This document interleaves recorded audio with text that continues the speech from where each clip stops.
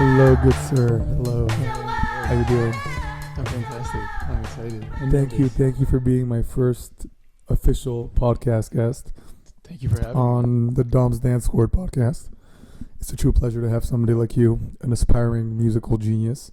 Thank you. I can say that because I've had the pleasure of seeing you since the age of, I guess, since you were born. Right. Because you're my brother, for those who don't know. Yeah. But I've had the pleasure of seeing you grow up. I've had the pleasure of seeing you sing in front of people at the age of 3, or I don't know when was the first time. I think we've been always like exposed to it in the house because of Dad. Okay. With like the karaoke machines and all that. Uh-huh. I think that's like my earliest memory of singing was always at like our house. We had the like game and it would have like a score of 100 and the thing will track how good and how fast you were with the lyrics. Like I don't know if you ever remember. What was the name of the game? I have no idea, but it was like we had it also in like Lebanon. We were like a fan of this. I don't know. I was talking to Hannah about it, your girlfriend, and the other day, and I don't know. That was like my earliest memories of like listening to like the Elvis music, like kind of like the 60s, 70s music. That's funny because for those who don't know, that our dad is a huge Elvis fan. He's perhaps how good is his Elvis imitation, would you say? Like, it's not even at this point, it's just the way he sings is like Elvis. Yeah, he dances to it. Like, I'm going to try to find a video, and we should try to find videos and put them on here for people to see, because he does that so perfectly well. And then he kills the accent as well, and he does it so well. Yeah. But I was going to say that I think it was so good to be able to see you. And I remember when I think you were like 11, and the first time Jamie was 11, and over Christmas in Paris, I think it was, we were there because Dad's family in Paris, and right. Was it when I did the Bruno Mars? Exactly. Please share what you did. Nothing. I was just like dancing, and I think from a young age, no, I didn't really care. I think I care more now. Obviously, you know me, and I wouldn't just like belt out a song or a dance move. I feel like back then I didn't really. It was like in front of distant cousins and stuff. I didn't really care. I think he was like, maybe he was like 12, 13. I don't remember. But you started doing this whole performance in front of so many people. And like you said, distant cousins, you didn't even know who they were.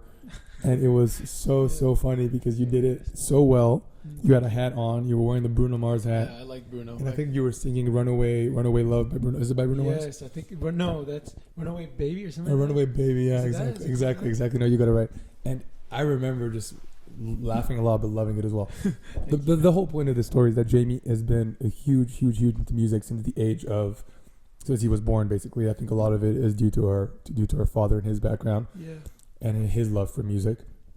And I think maybe that translates to me because I'm huge into music, but I didn't have, and I don't have your singing gift. And I think don't be humble because you have a beautiful voice and you know it.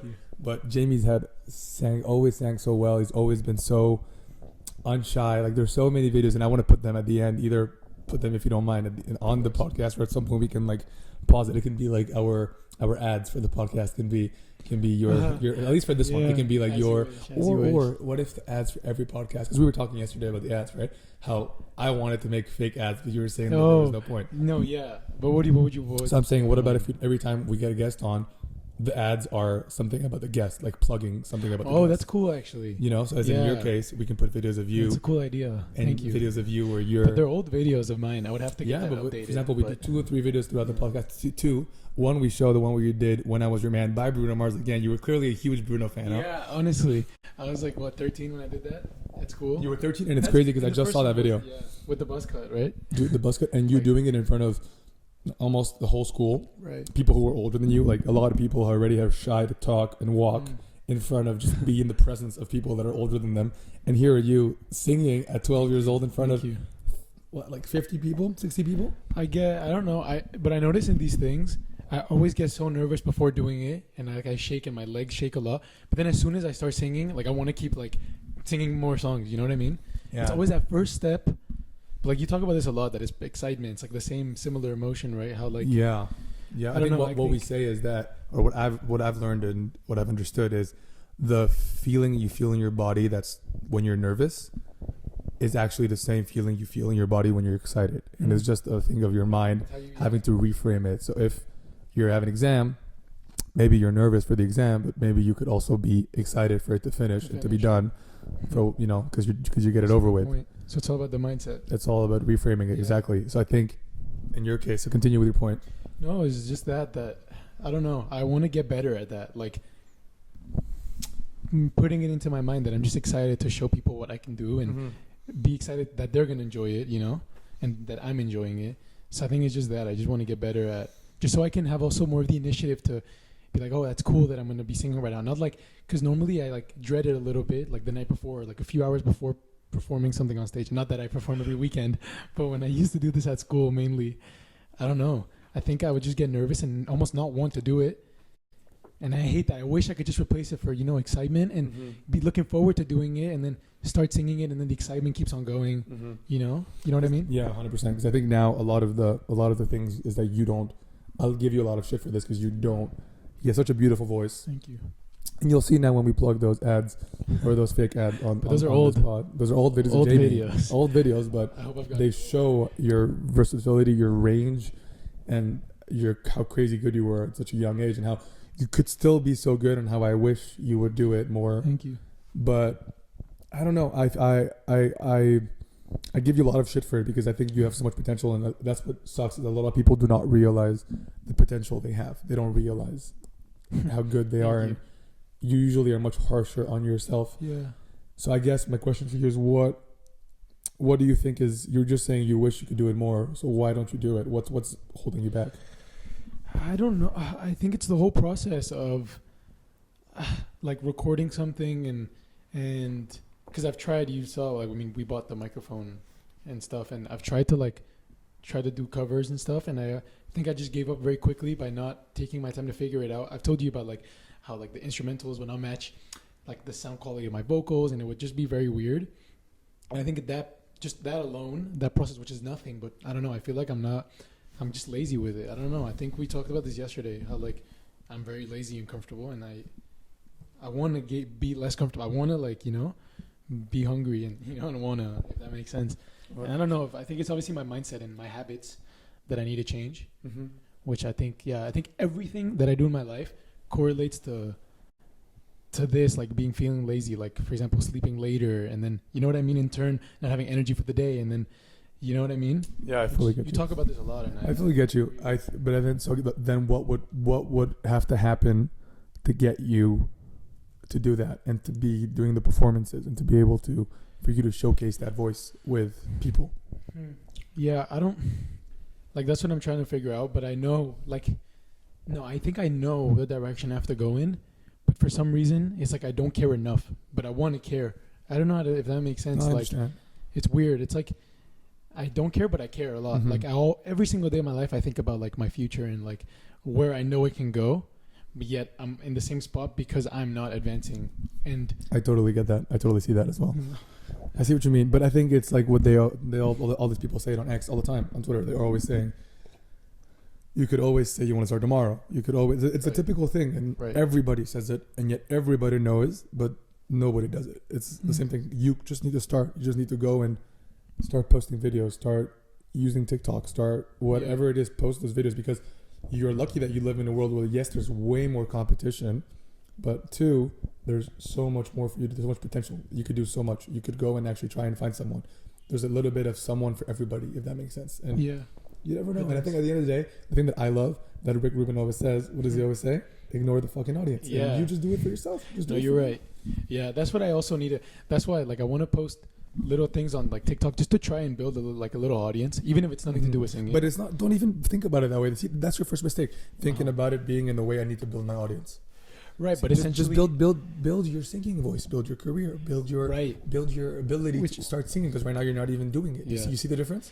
I understand and I agree with what you're saying, but I also believe like I need. It's important to have an audience because at the end of the day, they're the ones that are going to be listening and caring about what I post or what the things I do in my life or like the music or the clothes, fashion stuff, whatever it is. Like I get it, and I also that's why it's kind of like I'm preparing for that, but I can do it simultaneously. Like also do my voice and practice my voice and post covers or whatever, but I can also build an audience throughout that. Like does that make sense? Yeah, I do get that. I just think that there is. Disagree. I understand it, but I just think the audience will come once you put your craft and you work hard and you actually try to do something with that voice. Because it's not like you don't. It's not like yes, you have to work on the voice, develop it, and get better at singing. Mm-hmm. But you already have Mm-hmm. the starting point, if that makes sense. Mm-hmm. Like the starting point is there. Okay, thanks. So why don't you do what you said? Start Mm-hmm. posting videos, start doing stuff like that, and then see where it takes you. Like a lot of people have been doing that. A lot of people just go and they post to people who don't even have a specific talent like yours. Like again, everything's a talent nowadays, but a lot of people don't even have a talent. Yeah. And they're doing people and they build their audience to just doing something about them that the audience liked. Mm. You see what I'm trying to say to I you? see what you're trying So to I say. think just try to find the thing that something, maybe it's not TikTok, maybe it's not posting on YouTube, maybe it's not. The thing is, I want to give some context. I think you were, the good thing is you've always been so involved in music and you've always tried to perform and do things and never been shy.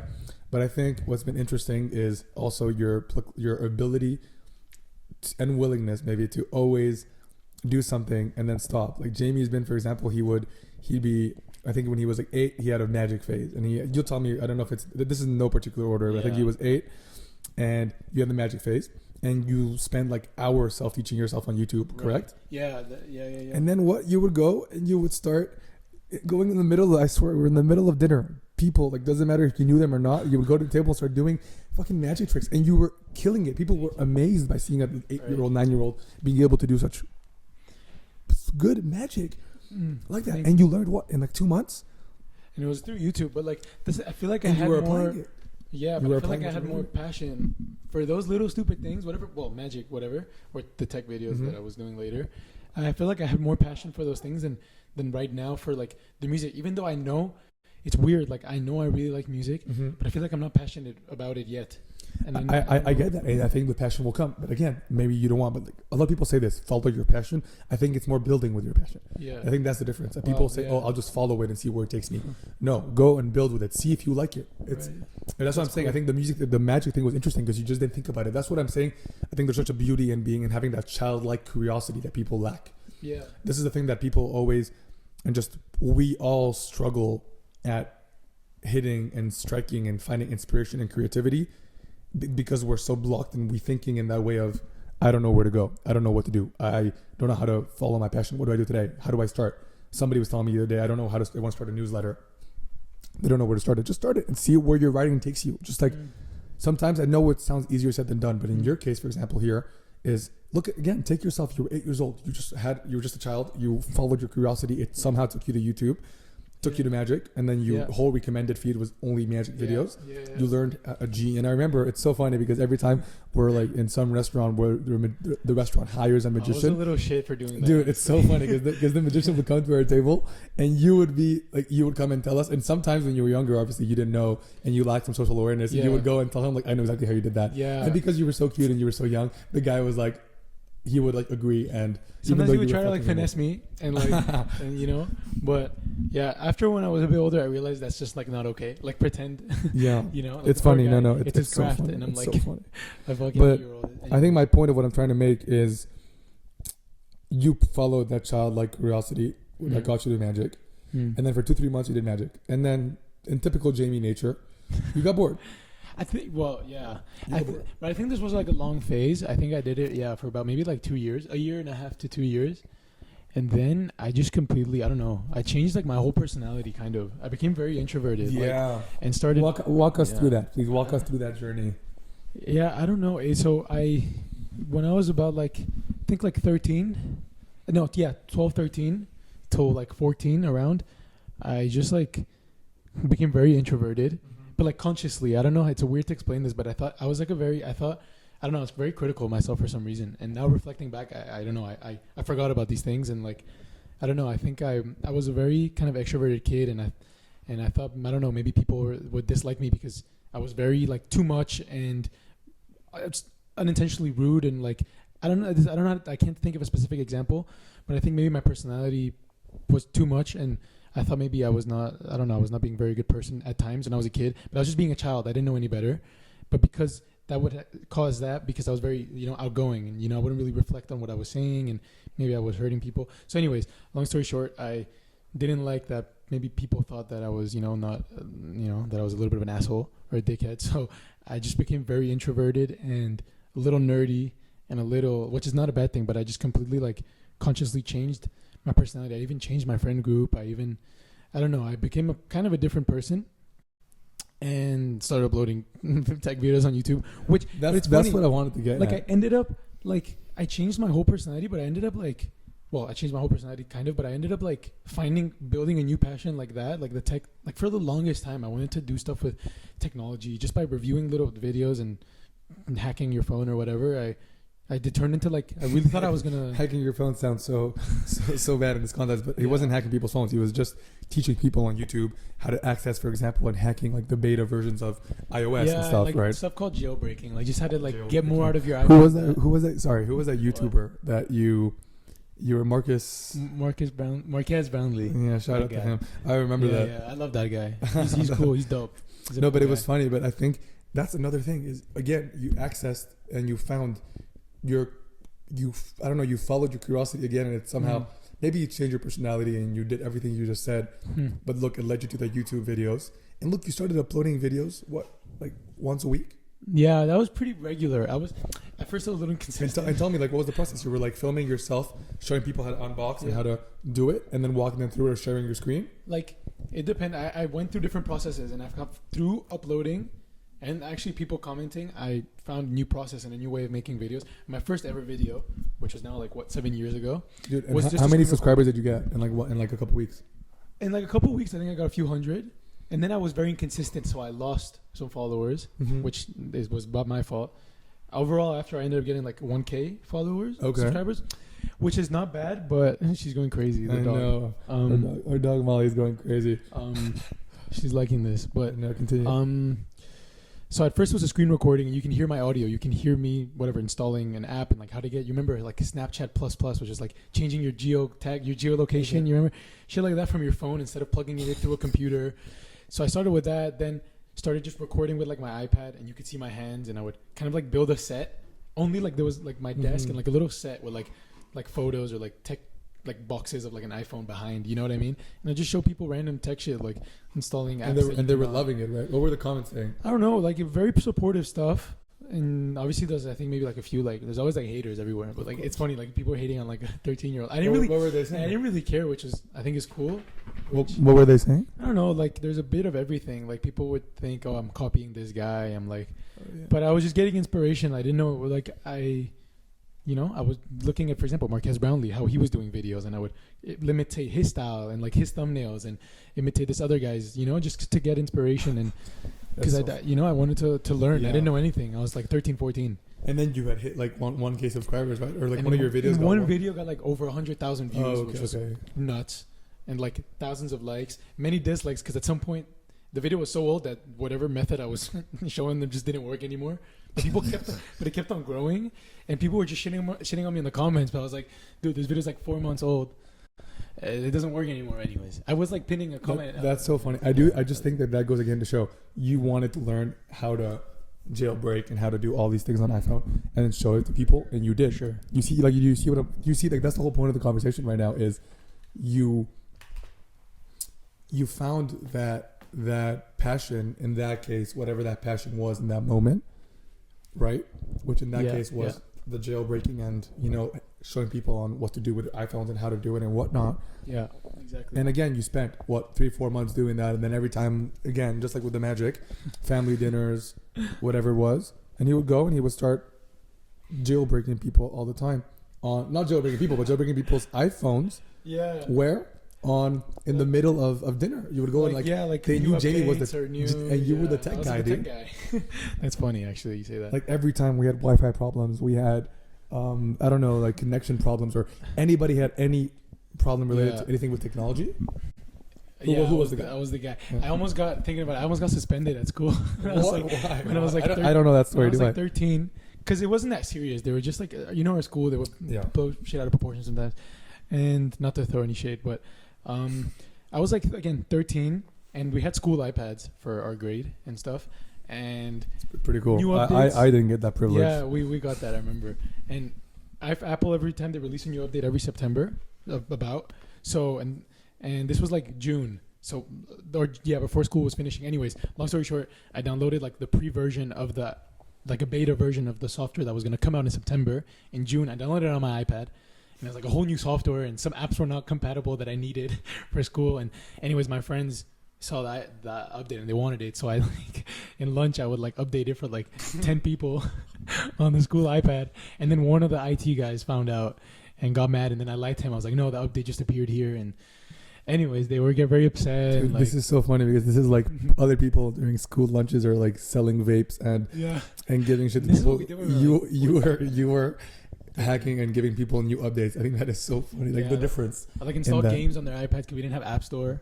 So I was like connecting the computer, and I had fun, and it wasn't a big deal, but the school didn't like that. So to continue on the journey, I started with music, then from music. Music was always present at some point, but whenever music would disappear, it led to magic, and then from magic, kind of went back into music, and then from music, got bored, went into Techmania, and into his YouTube account was called Techmania. Yeah. And that's all our Wi-Fi passwords now. In case anybody comes to the house or give me your Wi-Fi password, it's just Techmania, capital T, capital M. And we know it so well because that it became...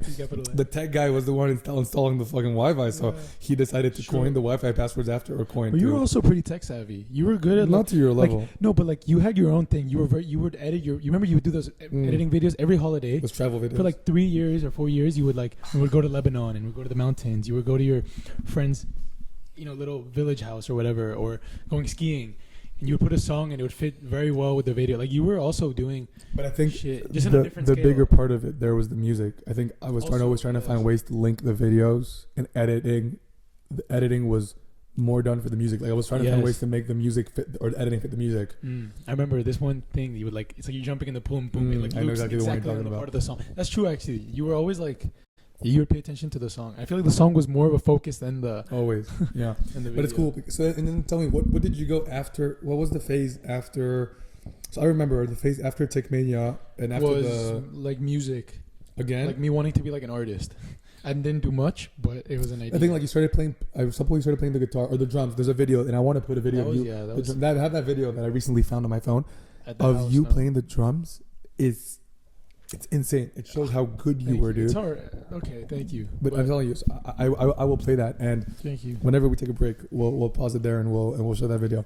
But you had drums, then you did drums was like the first thing ever. Like no, the first ever instrument I did was guitar because of Dad. He did the guitar. That was like my first. And you got bored after how long? I was like 8. I think did it for like 1 year. I remember I did like learned one song, performed it, moved on. What song was it? Do you remember? I could not even tell you. But that was Juan Pablo, the guy who this one teacher taught us guitar, piano, and drums to both of us, which is pretty crazy. He's a multi-faceted man, yeah. Talented guy. And then drums was like my longest instrument. I played for like 3-4 years. Okay. So that was multiple songs and stuff, which was cool. But I remember guitar, 1 year. Board, what's next? James, what's next? Drums. We bought a set. We bought a drum. We fucking bought you a drum set. Which we both used. Because you were first into drums. I was drumming before you. Which was like, what, for 1 year, 2 years? How long? I think it was a little bit over a year to 2, maybe. I really did enjoy drumming. And I remember loving. I remember also doing it, now that we're on topic. I mean, Bruno Mars is in my head now because we spoke about it 3 times already. But the song Treasure by Bruno Mars was one that I have performed over and over. And I fucking love Treasure. Baby squirrel used a sexy motherfucker. So good. Song. But I think so drums. But you played drums, and I think you got bored of drums very quickly as well. 3-4 years. Maybe it lasted a little longer. But I got bored. Listen, this is the typical Jamie fashion. It's the Jamie trend. We can just coin it the Jamie. Okay. It's when you do a Jamie is when you start something, you get really good at it, and instead of continuing and exploiting that skill that you just spent so much time building and leveraging and doing really good at, instead of exploiting and leveraging it, what do you do? Let's just stop and move on. Let's go find something else because we got bored. Okay. And then what did you go? You went to piano. I did 1 year of that. Learned Billie Jean. I actually was not that good. Was enough for you to continue and move on. Yes, but in my defense a little bit, I wasn't actually that good at piano. I think I didn't. This one was the only one I didn't. I don't think I was as good as I didn't love it. And I think I wasn't very good with my fingers and stuff. I do think that if there was one instrument I had to choose that you were the worst at, if we had to say any, I think it definitely was the piano or the guitar. One of the two. Guitar, I don't even remember you. Yeah, it was so young. It was like the guitar was even big enough to do the and the guitar's pretty tough, I must say. Guitar stuff, but I would like to learn that now. I was thinking about it. It's funny, and I think you should learn it now. I think again, but hopefully you don't pull the fucking Jamie. And you don't. No, but that's why that's what I'm afraid. That's why decisions that I make now, I don't want to like, purchase a guitar that's maybe it's expensive. I don't know, and then maybe not use it. But then with that mentality, I will never try anything. Right? What do you think? I think you can go find a guitar that you can rent, or like a secondhand guitar. We have a guitar. Even fucking Alex has a guitar for you. Yeah, but not in Amsterdam. Oh, fair. I forgot. Jamie lives in Amsterdam, although he's been here for the past month and a half since Christmas. Yeah. So long vacation that he gets from school. He's been studying for his exams that are next week. But I completely forget. I forgot you live in Amsterdam because I've just seen you for the past. I have also so many holidays, man. My school doesn't make sense. I'll be back in mid-February, I think. Nice. So we'll film part 2 of this podcast in Feb. But hopefully by then I've done more shit and we can talk about. Yeah, hopefully we can do it. Yeah, you know what?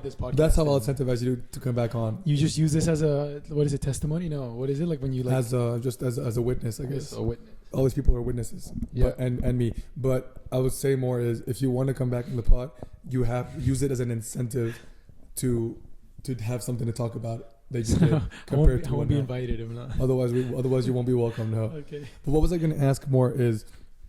You also pulled the Jamie. I wasn't going to ask. I'm just going to say you also pulled the Jamie in football. Jamie was a huge football or soccer fan, whatever way you call it. We call it football here in Spain. But wanted to be a football player. When you were younger. But it was funny because you started playing it like as a striker, and then what did you do after 3-4 years of playing striker? Of course, he got so good, but he got bored at the same time.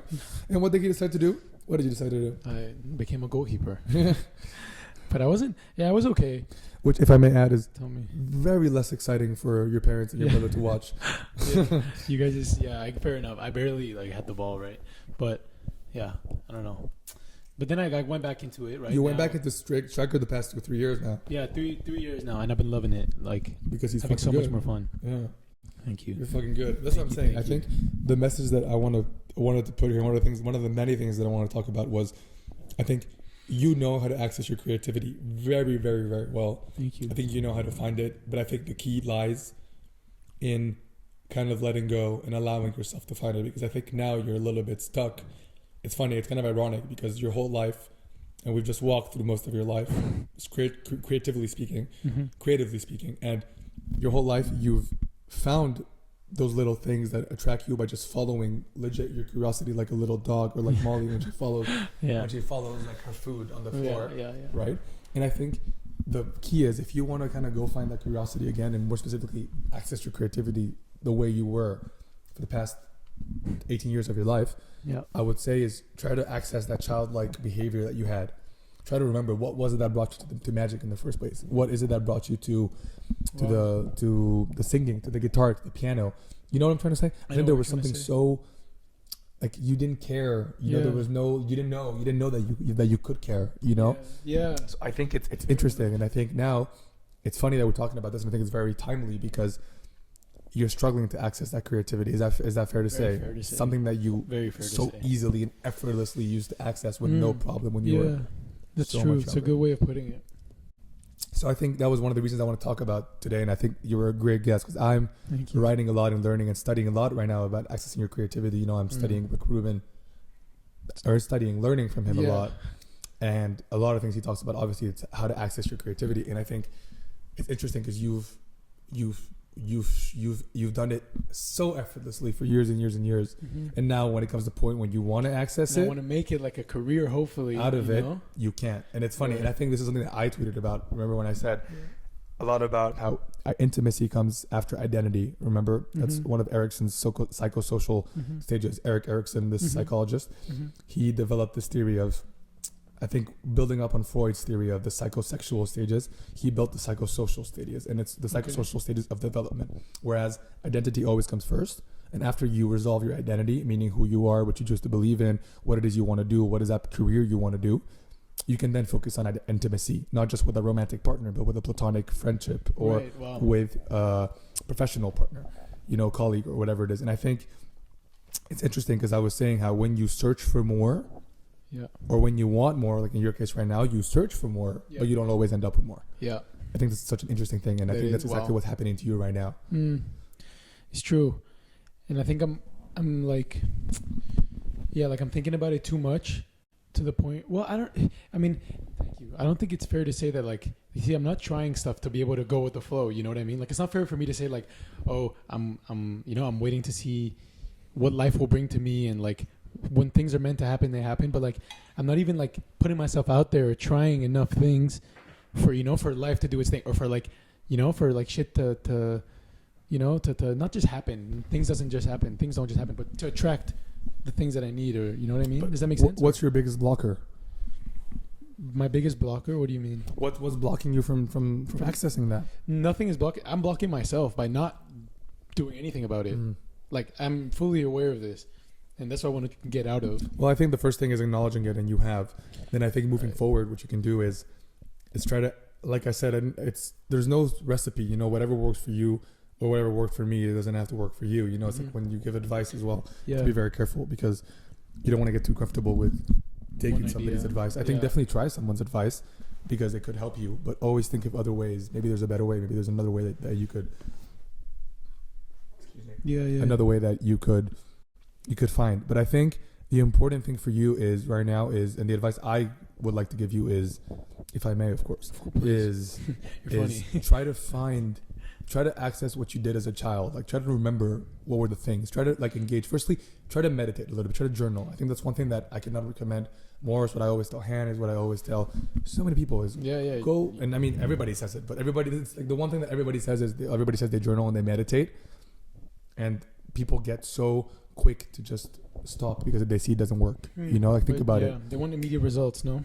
And it's like, as I'm saying, especially in a world where we're so stimulated and socialized left and right, like everybody's telling us what to do. Everybody's telling you every 2 minutes what you could be doing and how who you could be, where you could be, who you could be with.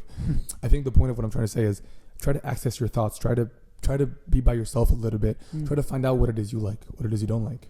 What is the music you like? What is the music you don't like? What is your true passion leading you towards, so that then you can build with it. Do you understand? I can get you. And I think you saying this now, it makes me reflect a little bit how I know for a fact I have so many distractions and so many, I don't know if this is the right, you'll correct me, like easy like releases of dopamine by like TikTok or YouTube, and like just like passive listening and watching shit that's like releasing lots of dopamine and excitement, but it's like it's kind of like taking away that excitement from other things. Like I have so much access on this phone right now that I can just go on TikTok or on Instagram and scroll for hours and get lost. And it's because I have so many distractions. When I was a kid, I didn't even have a phone. So I was like, you know what I mean? I was like forcing myself to not get bored, and by like drawing or by, making music or things. So I think you have your answer right there, my friend. I think that's what I honestly think.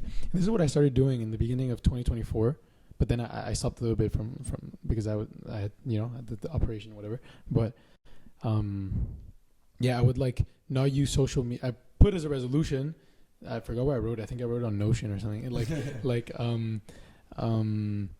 To like not use social media if it's not for like my creation. Like if it's not for like releasing music videos or like covers or things on TikTok and stuff. Like not try to use it as less as possible, especially before I go to sleep and when I wake up. Because those I notice are two things that I do a lot, but consistently is my phone is like the first and last thing I see when I wake up and go to sleep, like, which I noticed. Like, and when I removed it for those 2 days, like it felt good. I didn't just sleep earlier, but I also didn't, I guess my eyes were not exposed to the what kind of whatever light radiation or whatever thing it is that the phone emits.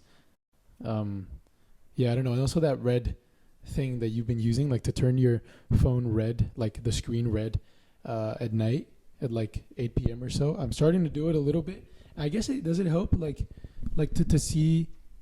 I definitely got used to it, and it definitely helped me. I would recommend anybody to put the red light on their phone, on the settings. Like it changes the whole phone. The whole phone is like with a red tint. Under the red light at night, just it's better and easier to help you sleep. It definitely has helped me. But because I've noticed that I don't remember now when I'm falling asleep. I think I'm falling asleep very easily these days because I'm working a lot. I'm very tired. But I think two things I want to say to what you said.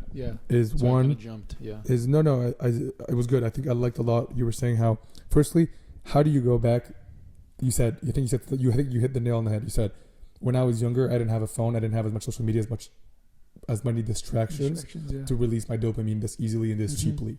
So what's the answer here is, how do you go back to that is stop using the phone as much. Again, much harder said than done, as you said. But I think putting those reminders, having a habit tracker, having like, you mentioned Notion, Have a habit tracker. I can send you people who we work with and who I work with have sent me these habit trackers they use that have really helped them.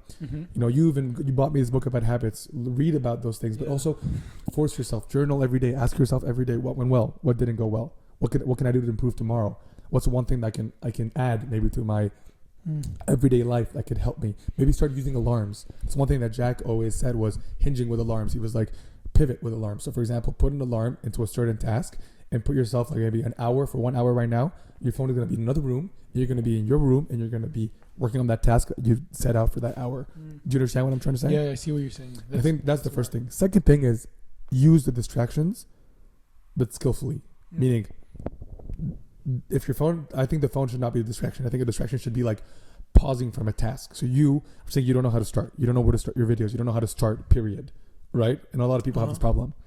So if you have this problem of you don't know where to start anything, whether it's a newsletter writing, whether it's a video, a TikTok video, a YouTube video, or anything, a project, whatever it is, or you're just creating anything, my advice is pause, disengage, and go engage in a simple but unrelated task. That is any physical activity, which is either walking, swimming, running, gymming, working out, driving, whatever it is, because you can perform all those tasks low-key on autopilot, right? Like when you drive, you wouldn't know you don't drive yet, but think about walking. You kind of walk sometimes you get lost in your thoughts. You've noticed how, because it takes up that specific part of your brain in a conscious part of your brain, the unconscious part. So then it frees up the other part of your brain to be able to find new ideas. And sometimes physical movement can spur those new ideas to come in. That's how you can find, for example, new melodies, new lyrics in your case, or for somebody else, a topic for their newsletter. I was going to say, like for you, are you using, like I noticed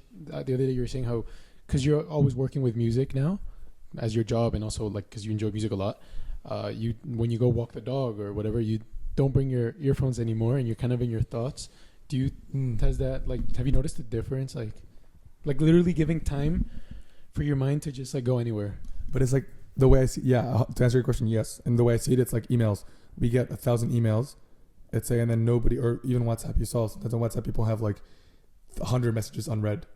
Those all stay in your mind already, because once you've read them, they're taking up mental space. But two, going out there and being with your thoughts, which is what I'm recommending you to do to access that creativity again, is be with your thoughts.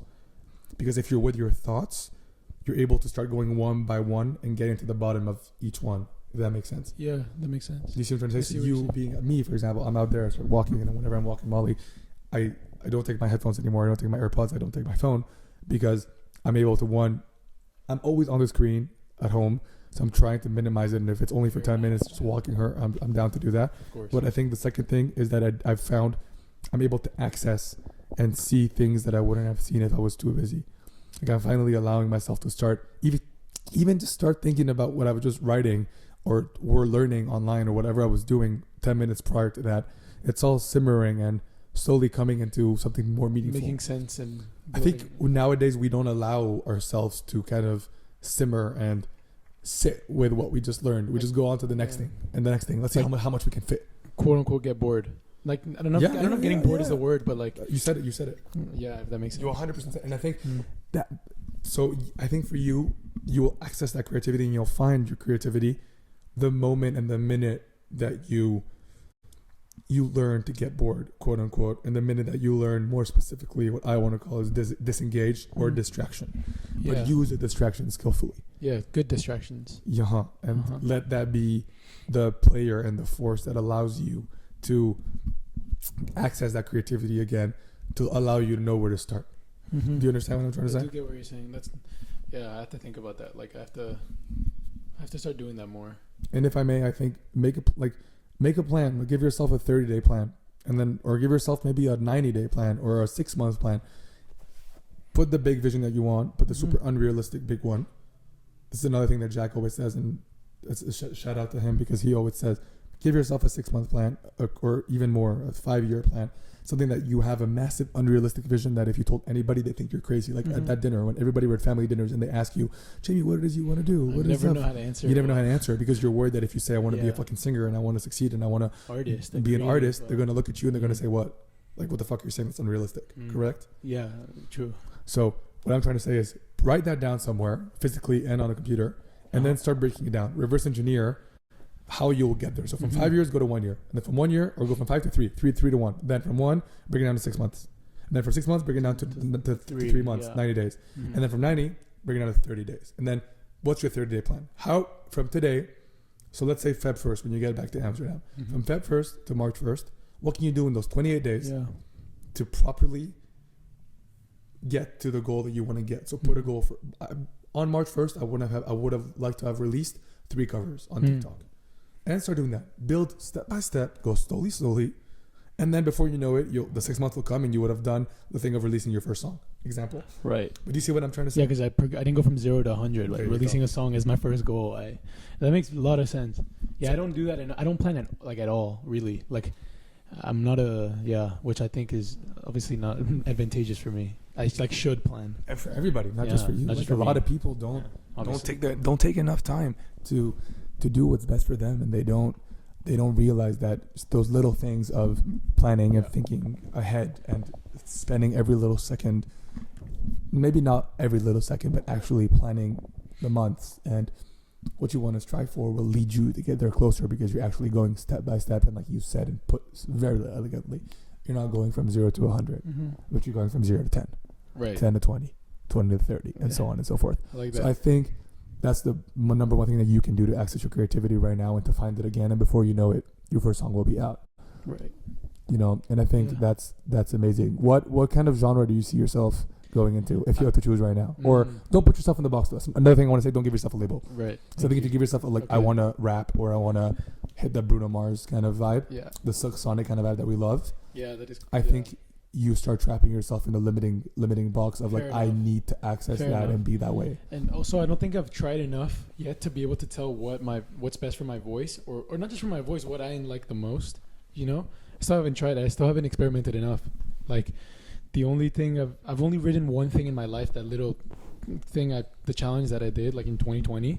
And are we allowed to share that? Yeah, of course. I don't even love that, because to be honest, which is a lot of what you talk about, I was trying to think what people might like and what would get me to, or what the guy who was analyzing the competition would like to choose me as a winner, rather than what I wanted to do.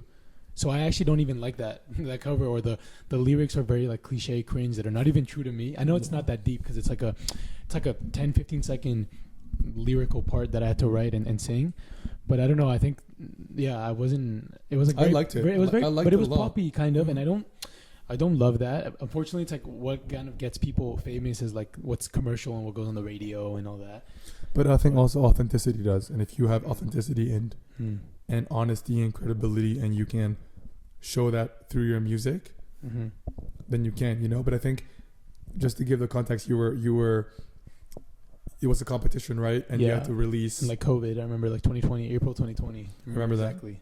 That? And what did you have to do? You had to just like record for a competition, right? So this guy, he like had recorded a chorus, I guess.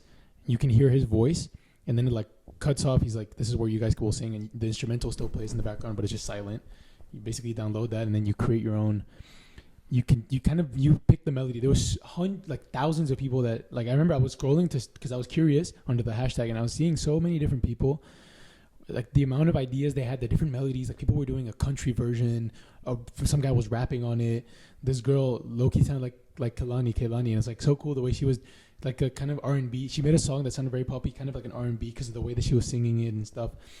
And I was like doing it a little bit like, I guess, poppy in a way.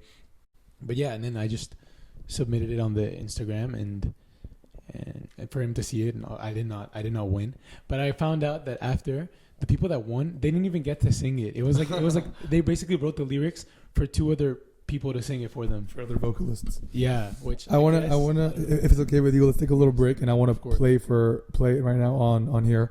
That thing that you made, I think it'll be a screen recording of the video. So do you want that to be the first thing that you show? I'm not even. No, we would have shown the other stuff before. Don't worry. Okay, so let's take a little break. We come back and let people listen to Jamie's beautiful voice he did for a competition that I think is still pretty cool, even if the lyrics are kind of, like you said, a little bit cliche. I guess. But listen up, and we'll be right back.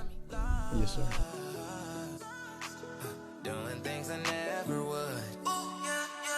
Say the word and I'll be on my way. My head's been doing circles, I'm confused, I can just say it's been too many seasons. I think I'm a little too late. This shit is killing me, girl. I just can't stop the complaints. Trying to go, but I can't find my way. You're always on my mind. I pray for you, girl, every day. I never paid attention, and I guess that's just not okay. It's clearly safe to say we called it quits. And we're back. So, during the break, I was thinking a little bit about our conversation, and I must say I've been loving it. I love talking to you. I love hearing your perspectives on all of this, and I think that you're going to do so well, and you have so much potential, and I hope that you access that creativity. I hope that you find it, and I hope that you get there. But tell yourself that it might take 5 years, it might take 10, or it might take 15, or it might take 5 months. Whatever it does, just be ready to be in it for a long time, and if you have that mentality, then nothing will change. You know? Yeah, thank you. And thank you for the advice. It does help. I think what I liked a lot also was, I think I'm going to do that, is the planning thing that you said. Like 5 years and 1 month, 2 months, 3 months. What's up? And put it closer to you. Can you hear me well? Yeah, I can hear you. Okay, my apologies. We got to maybe upgrade this mic, I think. Perhaps we'll see. Maybe next This time. is a learning curve, this episode. Yeah. Right? It's our first podcast episode on the Dom's Dance Court, and I'm happy to have had you as the first one. Why Dom's Dance? Thank you. Why Dom's Dance Court? I don't know if you want to share this now. Yeah, we can share the story. I started DJing and getting, that's when I got really into music, was this, I guess, 2 years ago now, when I got back to when I was in Montreal living at -30 weather, and it was so cold, and I had to find an indoor hobby. And the indoor hobby that I found was, I saw my roommate had like a little DJ deck somewhere hidden in the apartment. So I said, I'm going to try this out and see, like, let that become my indoor hobby. And like you did with the magic and everything else on YouTube, I kind of learned and taught myself through YouTube. And then it was time when I came here to put my skills into practice. But before that, I thought, I want to be ready. And before I get to a club, before I get a gig, I want to make sure my DJ name is set in stone and is ready. Yeah. Although I could always change. I didn't want a brand change. I just wanted my DJ name brand to be there and to be different from mine. That's all I knew. Yeah. I wanted it to be different. Like an alter ego a bit, yeah. no? Yeah, exactly. Or, but I wanted it, the important thing is that I wanted it to be ready before I had my first gig. Because the last thing I wanted was to appear. You know how for you, we were talking about this before the other day, like when you were at dinner and they asked you what it is that you want to do when you're older, and we said this whole superstar thing. And I think the most debilitating thing is being 20 or 18 and not knowing or not having a viable career path.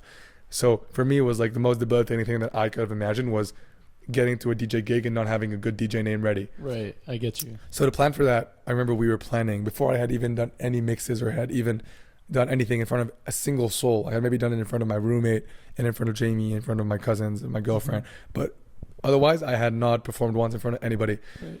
And I had already had the DJ name. And I remember that we were thinking, I did a whole group chat with 4 people that I really trusted, which was my 2 cousins, Jamie and my beautiful girlfriend. We had made this group chat, and it was like the advising board for Julian, like what's going to be the DJ name. And over time, and then at one point, Kareem comes, my cousin, and he's like, Julian, what was that story that your dad always said when he was younger about him in Paris and his name change, right? He's a salesman. Yeah, so dad was 18, and he had to leave Lebanon because of the war, and they went to Paris. They just migrated to Paris because that's the language, as you know. I'm telling this story more for our listeners than you. But he gets to Paris, and he starts selling on telecom, starts selling whatever online on the phone. I guess you can only hear his voice. And his name being an Arab name, he was not selling a cent. He was not selling shit. Yeah, people were focused on like the last name of our last name is Saad. Yeah. But it, like on paper, it looks SAAD, and It looks Arab. and also how you Arabic. say it. I mean, Saad. I guess. Yeah. Anyways, but yeah. Yeah, and he just wasn't selling anything. So he's like, what is the name that I can come up with that is so French? People were so fixated on People were so fixated on his name. So he was not selling. And then what happened? He's like, I'm going to change my name to the Frenchest name possible. Mm-hmm. And he came up with Dominique Dancourt. Dominique Dancourt for you American folks. He started selling like a motherfucker. And he started selling like crazy. Like a dog. Like a dog. And which is crazy, I guess. Like, yeah, and when Kareem reminded me of that story, it was a no-brainer. That's gonna be my DJ name, Dominic Dancourt. Just relive, the resurrection of Yeah. Dominic Dancourt in 2023. And since then, we've had a couple gigs. We've done a couple good shows. and shows. and it's been cool. And Dominic Dancourt has had a couple shows under his name, under his belt, Has been living well, and he's been living. But we're gonna get more. And then the name for the podcast, we were just thinking about it, right? And we're like, what could it be? We're thinking like sad sound, which is something with music, because we're gonna talk a lot about music. And whatever. But yeah, also if we would have, now that I think about it, if we would have used sad in the name of the podcast, we might have had something similar to that with the whole sad selling stuff. Maybe not anymore nowadays, but so something about Dom's Dance Court. Just that's the Instagram handle of Dominic's Instagram account. So you should go check it out at Dom's Dance Court. But I just thought it worked well for the pod. This is our dance court. This is our dance court, my friend. And yeah, there's not much more to it. We don't gotta explain much more to it, but I mean, that's what it is, right? Yeah. And we're gonna get many more musical guests. We're gonna get a lot of psychological guests. We're gonna get a lot of interesting intellectual people who have a lot to say, a lot of stories to share.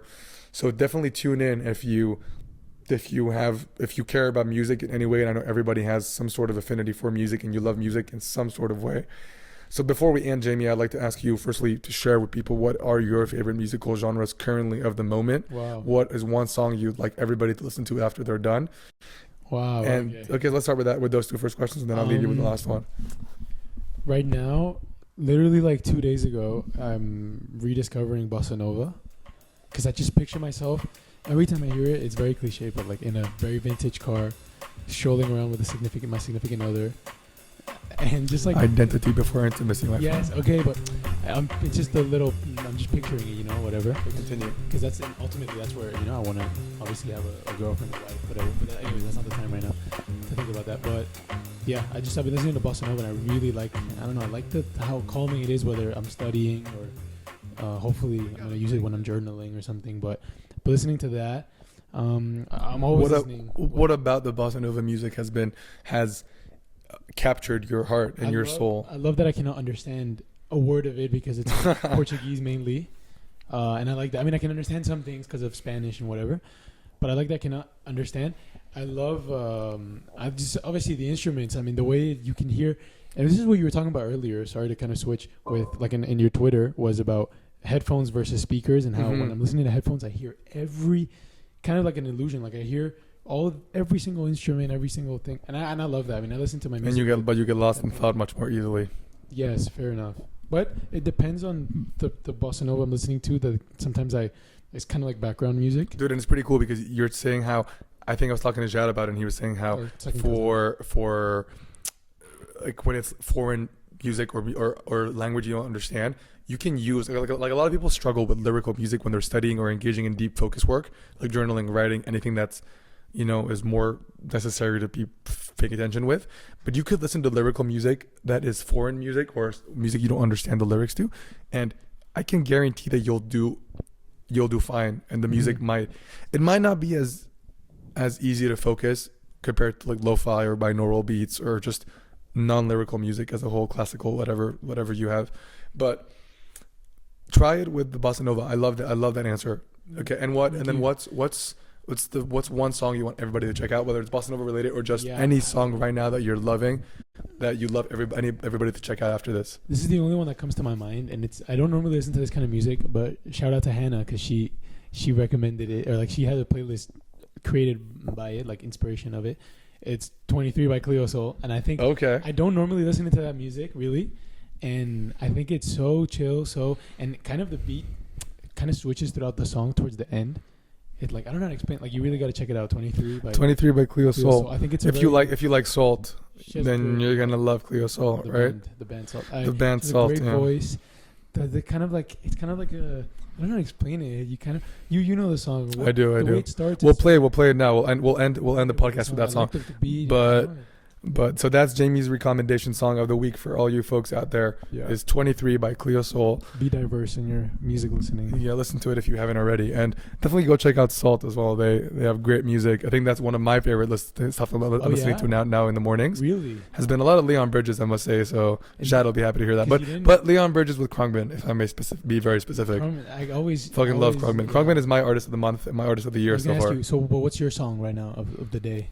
Of the day, or my song that I would recommend for people today to listen to is it's It's a tough one. Maybe one by Salt. I'd say just because we're on the. But I don't want. I wanted to give a different vibe, but just because you gave me Salt, Okay. I'd say my favorite one by Salt is currently either like Miracles is so good. I think Miracles is so good. Okay. That's what comes to mind right now. Miracles. Check out Miracles. Yeah. But right now, no. I want it to be your song. So we're gonna check out Cleo Soul 23. Okay, thank you. And yeah, so tell us, what's the thing that we should be expecting from you when you come back on this pod in 2 months? Hopefully. What's your 30 to 60 day goal, my friend? I mean, I haven't thought about it because Fair enough. We just talked about it. But what comes to mind is just putting myself more out there and showing what I like, and also figuring out what I like, because I know it's kind of, we talked about it, but once I kind of slowly figuring it out, I think a good way is just just posting it and showing it. I mean, that's how with my YouTube channel I was showing it before. I started from screen recording my screen to then having a whole setup, like a low-key, like a little studio, because I was figuring out, and that wouldn't have happened if I just didn't release the video, you know. And because people were giving me response, and friends and family, and even myself, I was being critical. So I just, I think I need and this podcast helped me realize that I just need I'll figure it out as I go. And like, I don't have the answers yet, and I need to just fuck it and put There it out you there, go. right? There you go. And just ignore the audience. Yes. Inspiration comes first. Do what I like. Remember this, my friend. Mm-hmm. Inspiration comes first. You come second. And the audience comes last. That's cool. Yeah. Remember those 3 things. I like that. And that's cool, man. Well, I appreciate you. I love you, as you know. And I love you too. And I really, really hope that you find a way to access that creativity that you had when you were younger. I hope that you make that effort to find it somehow, that you stop being the lazy person that you're saying that you're being, because you're not. I know you're not, and I know that you cannot be it. And yeah, I cannot wait. I think you have a beautiful voice. You're gonna fucking kill it, and I cannot wait for people to get to see that voice, get to hear and to see that performance, because you have that performance gene in you, just like Dad did. And I can't fucking wait to see it, man. So please bless everybody with this voice, because soon enough, one of the podcast guests here is gonna say their recommendation song is gonna be something by Julian Saad, or whatever your alter ego name will be. I think you should keep Julian Saad, but we'll leave that talk for the next time, for the next pod. When we cross that bridge. But I appreciate you, my brother. Thank you. What an honor to be your first guest. Please, It was do beautiful. many more.